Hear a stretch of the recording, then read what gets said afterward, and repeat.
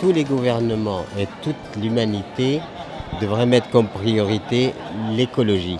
Parce que c'est à la nature que nous devons nous-mêmes la vie. Donc si la nature meurt, nous mourrons.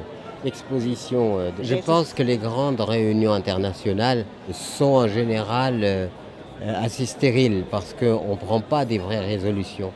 Ces grandes manifestations, elles sont un alibi pour qu'on dise « regardez, on s'occupe des choses » alors qu'on ne s'en occupe pas réellement. Soluzioni semplici non esistono, non è sufficiente dirci ok, nutriamo il pianeta, dobbiamo nutrire il pianeta, ma dobbiamo analizzare i problemi reali e necessitiamo di soluzioni a problemi complessi e nello stesso tempo di soluzioni molto rapide, perché i problemi stanno causando poi degli esiti che sono sotto gli occhi di tutti. La nourriture que nous mangeons aujourd'hui, elle est pleine de pesticides, elle est pleine de substances toxiques. Et par conséquent, l'agriculture, parce qu'on a pollué la terre, les plantes sont polluées et ce que nous mangeons pollue notre propre corps. Se souhaiter plutôt bonne chance que bon appétit parce que véritablement, la nourriture aujourd'hui est toxique. Elle n'est pas bonne. Elle n'est pas bonne pour l'organisme, elle n'est pas bonne pour la vie. The world has become more and more global, but it is so in a very anonymous way and in a way an alienating way.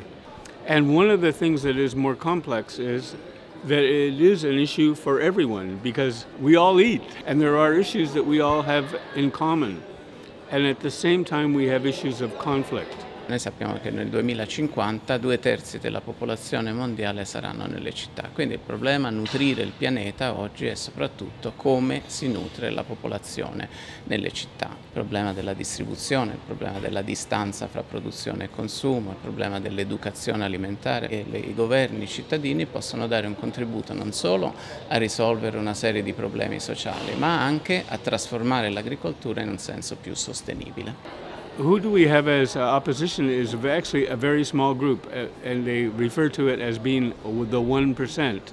But those people who understand economics know it is not 1%, it's 0.01% that controls the top 500 global corporations and the rules that are set for them.